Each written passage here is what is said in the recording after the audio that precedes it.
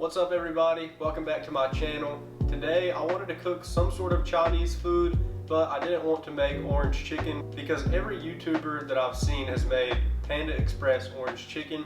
So I wanted to get creative today and make my own recipe.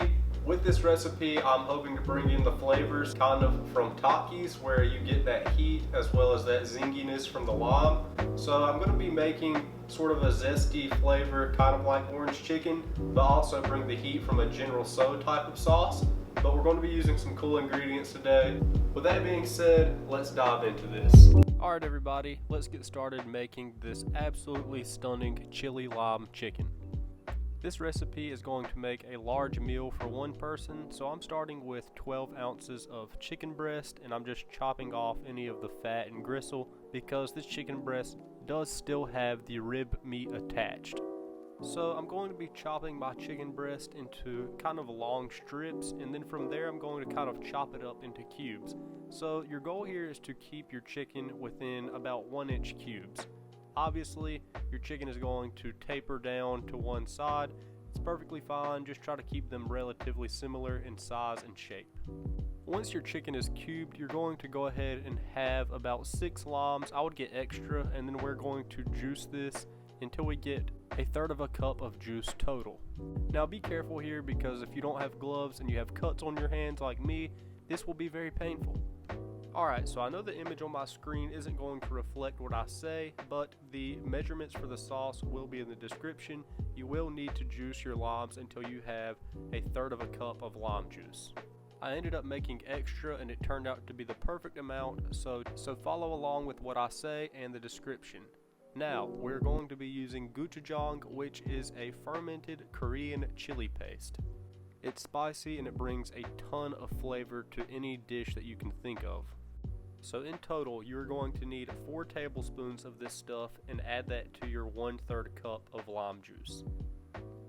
This stuff is pretty thick, so try to dissolve it as you go. So as you add in a tablespoon, try to dissolve it as best you can, then go ahead and add in your next tablespoon. Next, you are going to add in 2 tablespoons of light soy sauce.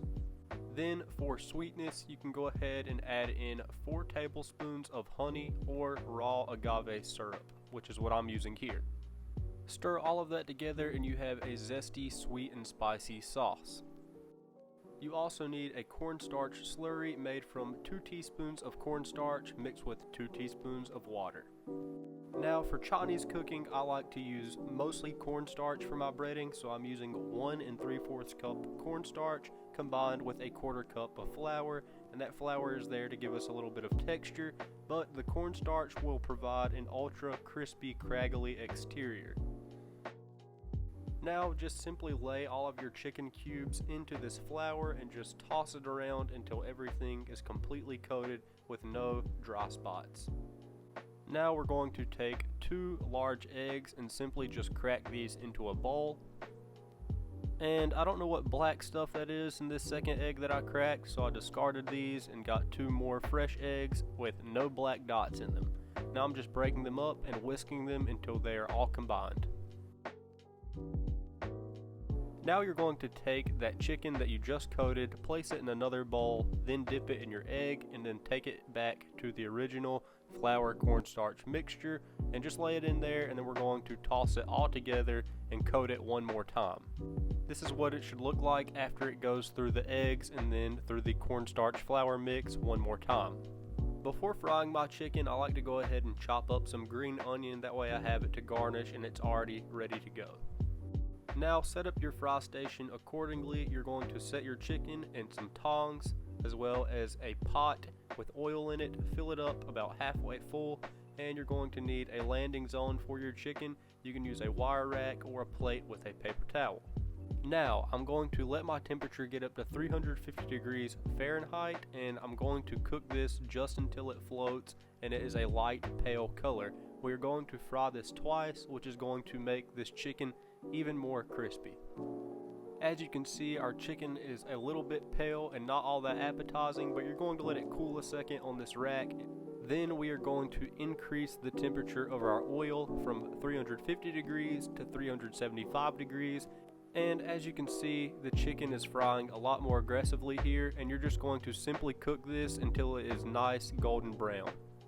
As you can see, the chicken is much more appetizing now, and just listen to how crispy this chicken is.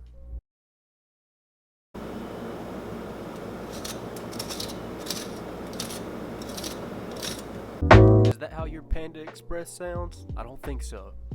Now we're going to grab our wok and we're just going to pour our sauce in. You could have fried your chicken in a wok if it's carbon steel, but I wouldn't recommend it in a non-stick wok.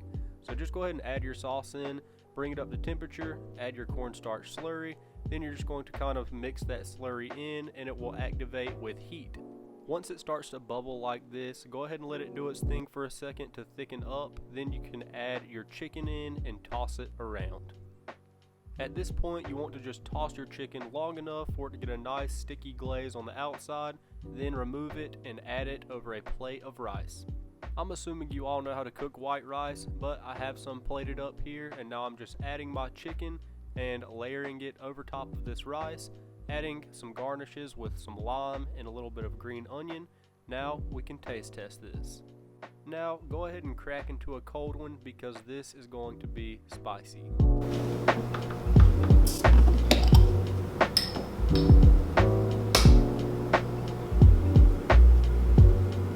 Alright everybody, this chili lime chicken is complete, so let's give it a quick taste test. As you can see, it looks absolutely amazing. It's got a nice glazy sauce on it. I will say, when I was cooking this and the sauce started bubbling up, it made me cough a little bit because I was breathing in that chili taste that was cooking off. But it smells absolutely amazing. I can smell the lime, I can smell the chili, so let's give it a quick taste test.